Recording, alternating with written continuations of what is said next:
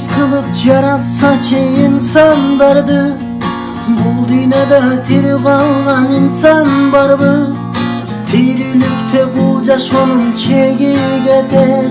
Bu dünyada tiri candın barı geter. Günün bitse bir gün acal alıp keter. Öz kiminki gezip çerge beret. Hıylap hıylap göz yaşların kıyan albay.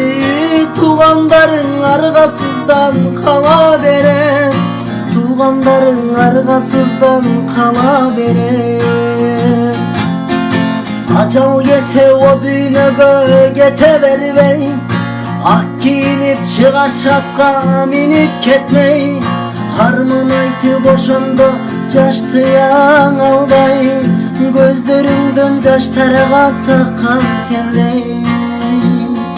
Koyup durup sızlap getem öz canımdan. Can geyitken bul ölümdün rayınan. Kobaylanıp horup oldum yüreğimden.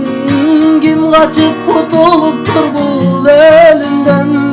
Kim kaçıp kurtuluptur bu ölümden? Günüm bitse bir gün acal alıp ketet. Öz kiminki gezip çerge beret. Hıylap hıylap göz yaşların tıyan albay.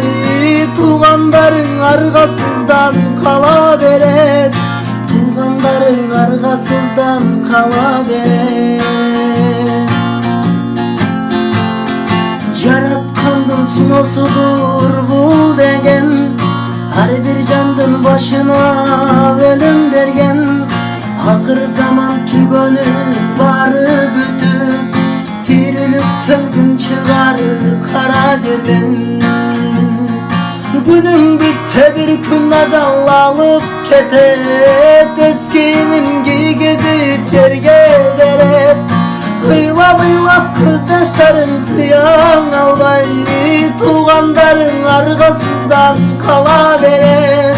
Tuğanların argasızdan kala beret. Koyup durup sızlap getem öz canımdan. Can geyitken bul ölüm